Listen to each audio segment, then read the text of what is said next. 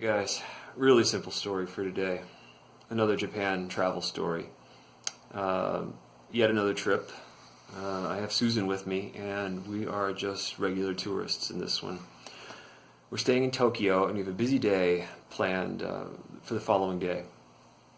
So it's dinner time, and we go to a restaurant called Kokoichi. There's a few locations in the U.S., but they specialize in Japanese curry, which is a very underrated part of Japanese cuisine. If you ever get the chance, I recommend it. Kokuichi has a feature where you can select the spiciness of your curry. So we're in this restaurant, and the waiter doesn't speak any English, of course. And I know this much Japanese, maybe just this much actually, because I'm trying to say 6, which I think is roku in Japanese. And I accidentally say hachi, which is 8. And I am telling them that I want spice level 8, when in fact I want spice level 6. And in Japan, spice level 8 is pretty extreme. Our curry comes and it's so brutally hot that I can't even finish it. But Susan's with me, and you know the whole dynamic where a man can't admit that he's over-ordered or he can't take the spice. This is both of those situations. So I finish this incredibly nuclear curry, knowing full well that it's going to cause GI issues.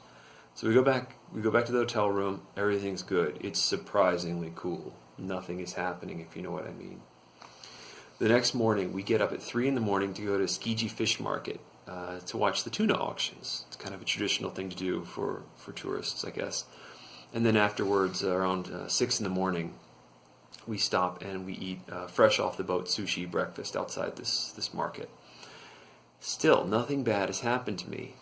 At this point, it's about, I don't know, maybe 8 in the morning, and we're going to catch a train to go up into the central Japanese Alps. So we're walking from Tsukiji northwest towards the Tokyo Central Station, and I'm going along fine, and I keep wondering whether the comeuppance from all this spice the night before is going to hit me. And I'm good, until I'm not. Within about 10 yards of walking, I go from fine to feeling like a torpedo hit my colon and exploded. And all of a sudden, I have to grind to a halt, and I have to, clinch to avoid a problem, okay? And Susan stops, she's like, "What's wrong?" And I'm like, "Spice level's wrong. That's what's wrong." And Susan's like, "Oh, that happened." And I'm like, "Yeah." And she's like, "We need to get you to a bathroom." And I'm like, I want to say no shit, Sherlock, but I'm worried it's going to trigger something. So we go along, and this is unlike anything I've ever dealt with. The closest thing I can imagine would be childbirth, where you get hit in waves. So I would be totally fine for about 20 seconds, and then I would get hit by a wave. And these are getting stronger and stronger. And I'm able to go about 40 yards, and then I have to stop, and then 30 yards, and I have to stop. It takes us 5 minutes to go a few hundred yards. Well, we see a McDonald's up ahead, full with breakfast traffic, and I get there, and at this point it's really bad. I am crossing my legs together to get the adequate sphinctoral strength to hold back what is happening in my lower GI tract. So I stagger in, and I am sweating bullets at this point.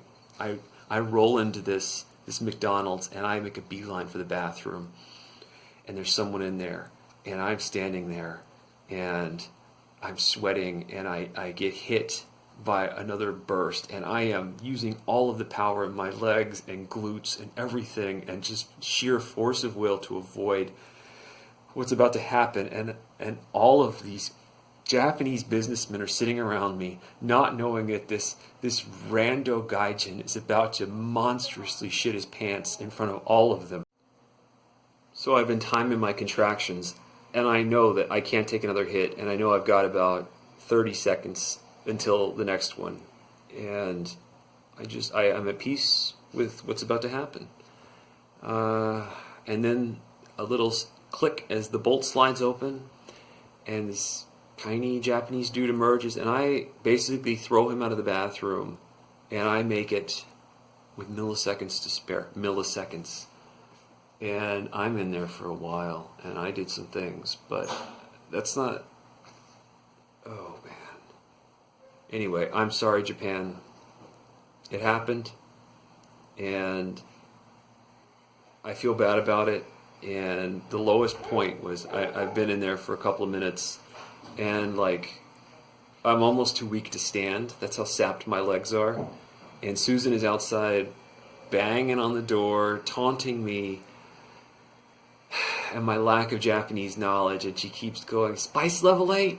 Spice level 8, huh?" Anyway, it's not a pretty travel story, but not all travel stories are pretty. Until next time, guys.